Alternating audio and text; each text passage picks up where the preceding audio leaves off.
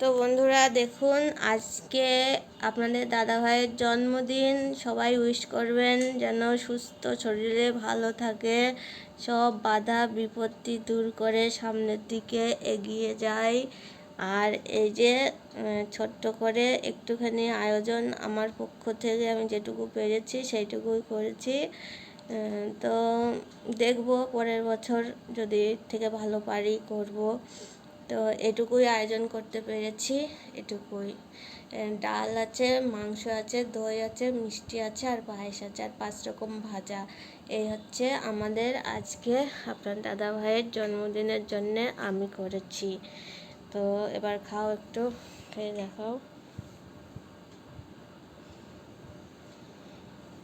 তুমি একটু ডাল ঢেল নাও, নিয়ে সব ভাজাগুলো দিয়ে একটু একটু করে খাও।